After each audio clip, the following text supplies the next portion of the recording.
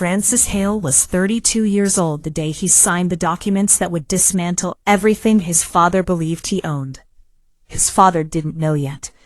At that exact moment, Richard Hale was inside the family house, polishing a speech he planned to deliver at a Father's Day dinner. 20 relatives would gather around a decorated dining table, candles glowing, cameras ready, waiting for what Richard called a special family announcement. Francis already knew what the announcement would be. 4 days earlier, he had found the speech sitting openly on his father's desk, beside a gold-framed certificate from the state courthouse. The speech praised a young woman named Emily, his stepdaughter, calling her the daughter I was always meant to have. Francis's name appeared nowhere.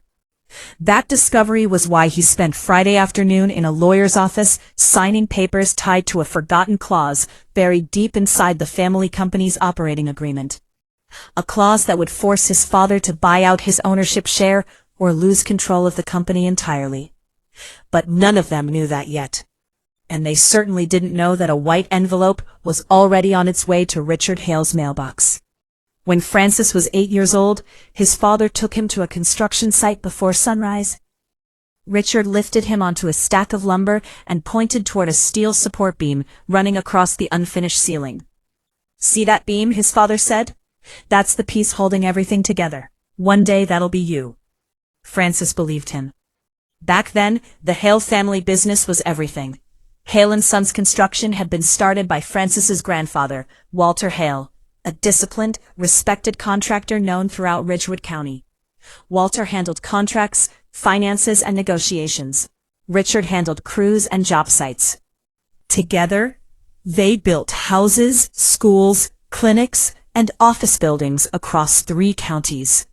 After Francis's mother died from cancer when he was 7, Walter practically raised him.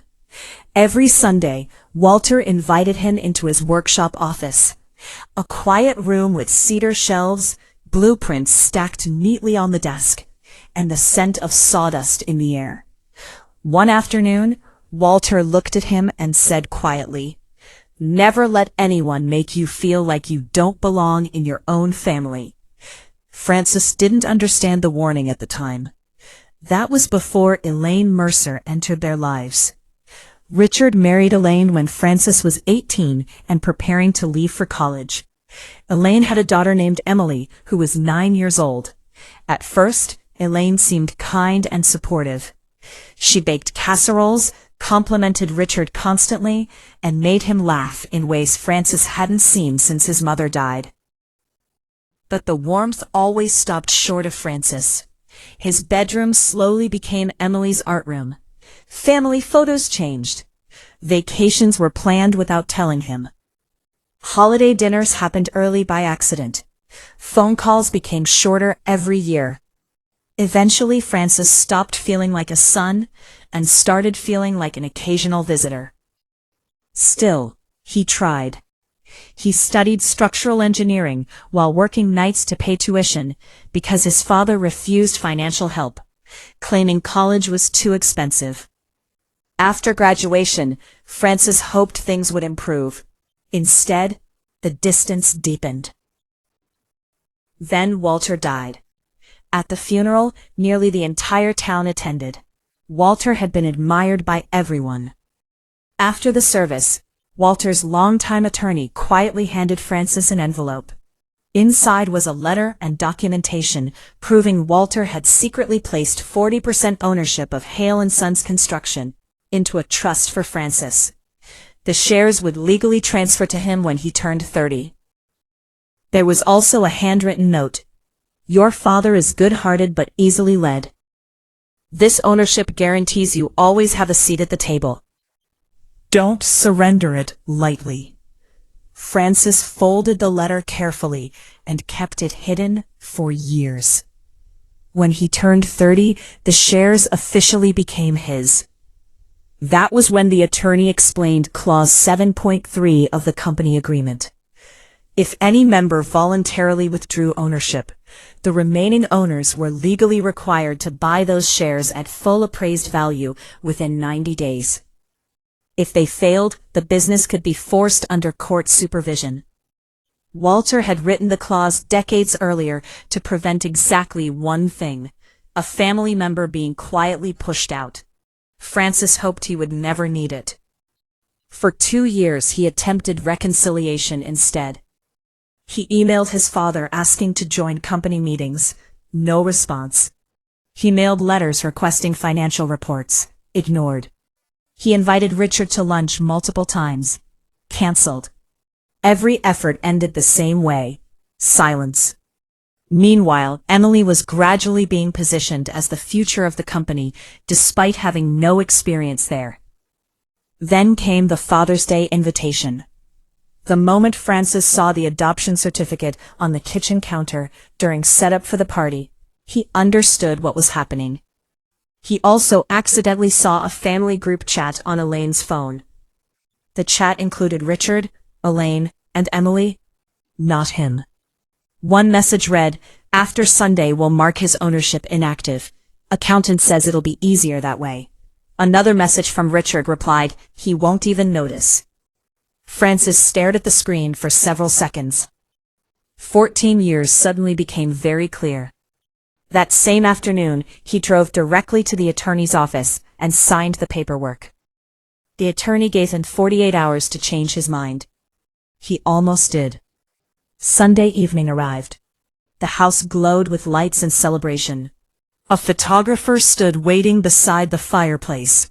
Francis sat at the far end of the table. Not beside his father. Not beside family.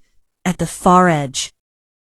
Richard eventually stood, raised his glass, and began his speech. He praised Elaine.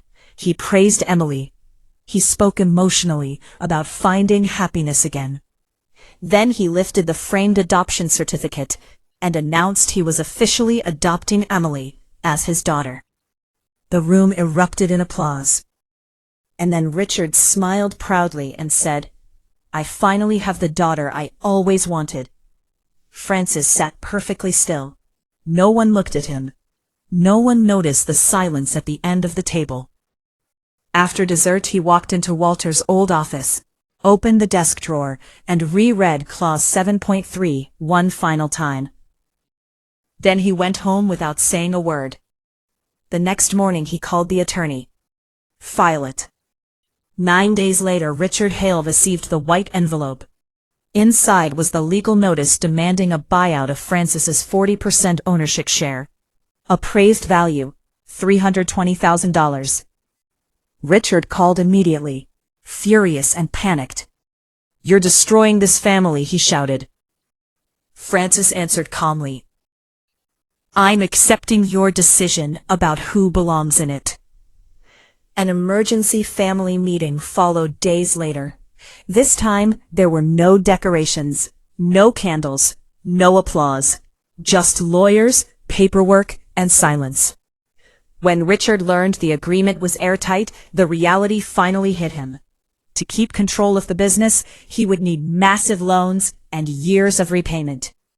Elaine blamed him for never reading the agreement carefully. Emily stopped talking entirely. And for the first time in years, Richard looked genuinely broken. Francis listened quietly while everyone argued. Then he said the one thing none of them could answer. "I gave all of you 14 years to treat me like family before I ever involved lawyers." Nobody spoke after that, because it was true. Over the following months, Richard borrowed heavily against the company to begin paying the settlement. Emily's planned position at the business quietly disappeared. Family gatherings became smaller, more uncomfortable, more honest. Francis deposited the first payment into his account and returned to his engineering work, designing hospitals and bridges. Structures built to carry weight without collapsing. One evening, Aunt Margaret visited his condo, carrying Walter's old cornbread casserole recipe. While washing dishes afterward, she told him softly, "Your grandfather would have been proud of you." Francis looked out the kitchen window for a long moment before answering. "I didn't win anything." "No," she said gently, "but you finally stopped begging for a place where you should have belonged all along." And for the first time in years, Francis realized something important. A seat at the table means nothing if the people sitting there spend years pretending you aren't there at all.